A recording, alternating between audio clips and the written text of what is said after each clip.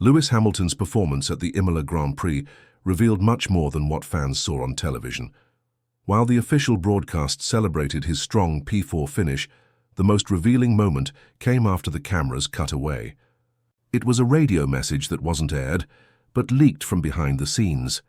In a calm yet firm tone, Hamilton told his engineer, "If we improve qualifying, we'll be winning." It wasn't just a passing comment, it was a coded message to the team, a sign that he knows the car has the race pace, a quiet accusation that Ferrari's long-standing qualifying issues are now the final barrier between him and consistent victories. In the closing laps of the race, Hamilton showed his true potential. He passed Charles Leclerc and Alexander Albon with clinical precision, showing that he still has the sharpness and fire that made him a 7-time world champion. Those final overtakes weren't just about gaining positions, they were personal.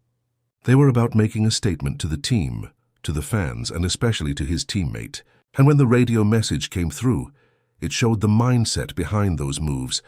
Hamilton isn't here to settle for midfield scraps. He knows what the car can do on Sunday. Now he wants the same performance on Saturday. This message also points to something deeper within Ferrari, an internal struggle. Because when Hamilton says the key to winning is better qualifying, he's indirectly calling out Ferrari's inability to maximize the SF25's power on Saturdays. There's always been a sense that the team holds something back in qualifying, and now Hamilton is exposing that. Whether it's due to technical limitations, internal disagreements, or a fear of reliability issues, the reality is that Ferrari hasn't unlocked the full potential of their car during single-lap runs. What adds more weight to this situation is Hamilton's growing relationship with his engineer, Riccardo Adami. Adami, who previously worked with drivers like Sebastian Vettel and Carlos Sainz, has now become a key part of Hamilton's Ferrari journey. He's more than just a technical voice. He's becoming Hamilton's translator within the team, someone who understands the driver's intentions and turns them into results. During the race, their radio exchanges showed something rare at Ferrari: trust. After Hamilton's strong finish, Adami said, "Those overtakes were explosive," and Hamilton calmly replied, "Cool and sharp." It might sound simple, but in that tone was mutual respect and alignment. Adami wasn't originally assigned to be Hamilton's race engineer. The move happened quietly, but it now looks like a masterstroke. In a team often filled with politics and legacy structures, Hamilton and Adami have built their own world. And in that world, the goal is simple: win. The difference is visible in the data. In the third stint of the race at Imola, Hamilton was consistently faster than Leclerc, despite running a setup that was more difficult to handle. It showed that when the right engineer meets the right driver, strategy becomes a weapon. There's another layer to this story. Ferrari's qualifying pace, or lack of it, is not just a matter of setup. Insiders suggest that the SF25 has an aggressive engine mode that is rarely used on Saturdays. The reason? Chronic overheating of the rear brakes when downforce is reduced. This leads to oversteer and tire degradation before drivers even reach turn 9. In simple terms, Ferrari has the speed, but they're scared to use it, and some people at the top prefer to keep it that way. This has created what many are now calling a technical civil war inside Ferrari. One group favors a conservative, reliability-first approach. The other group, supported by Hamilton and his engineer, is pushing for more aggressive changes. This conflict means that the car looks tame on Saturdays but comes alive on Sundays. It's not a lack of talent or performance, it's a battle over when to unleash it. Hamilton's pass on Leclerc in lap 57 wasn't just a racing move. It was a power shift. He attacked on the outside at Tamburello with no hesitation. He didn't wait for team orders, and Leclerc didn't fight back. That silence after the race spoke volumes. Leclerc didn't congratulate Hamilton. He didn't mention the team. Instead, he walked away carrying the weight of something much heavier than just losing a position.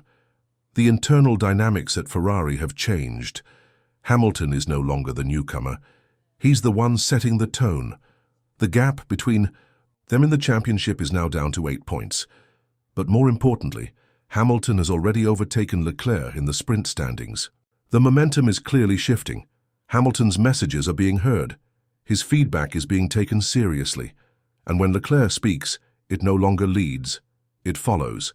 That overtake wasn't just about getting past another car, it was about rewriting Ferrari's internal hierarchy. After the race behind closed doors, team principal Fred Vasseur reportedly confronted Leclerc. He wanted to know why Leclerc defended so well against Albon, but made no effort to stop Hamilton. Leclerc's response was sharp.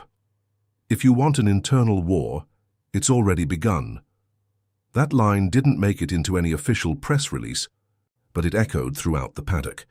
It confirmed what many had suspected, that the real battle at Ferrari isn't with Red Bull or Mercedes. It's between their own two drivers. Hamilton is now operating on a different level. At Imola, he ran a more aggressive setup than Leclerc. He sacrificed rear downforce for straight-line speed, a risky decision, but one that paid off. He trusted his braking skills and balance control. Leclerc went with a safer setup, which gave him more grip in corners but left him vulnerable on exits. On a track like Imola, that difference is everything, and it showed. Hamilton didn't need DRS or team orders. He just needed confidence. This wasn't favoritism from the team, it was pure execution, technical and psychological. Hamilton is leading from within, and it's becoming harder for Ferrari to ignore. The signs were already there in China.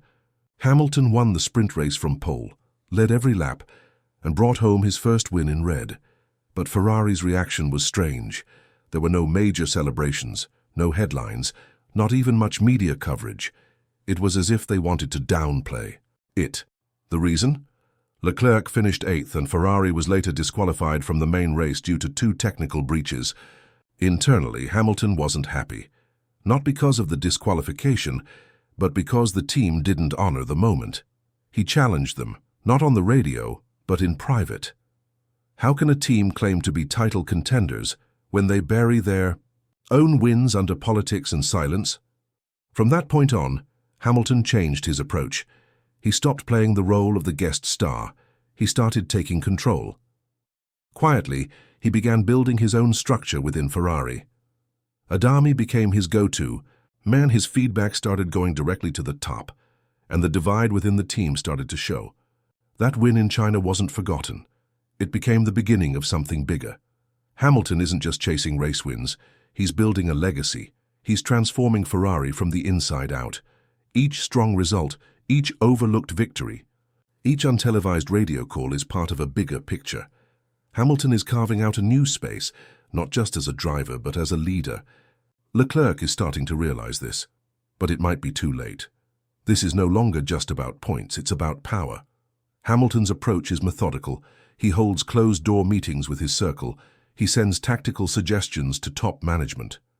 He's slowly turning the team in his direction. Ferrari's idea of driver equality is beginning to look like a myth. The performances say it all. The energy around the team says even more. So now Ferrari faces a choice. Will Vasseur back Hamilton as the clear leader or allow internal politics to tear the team apart? The answer will define their future.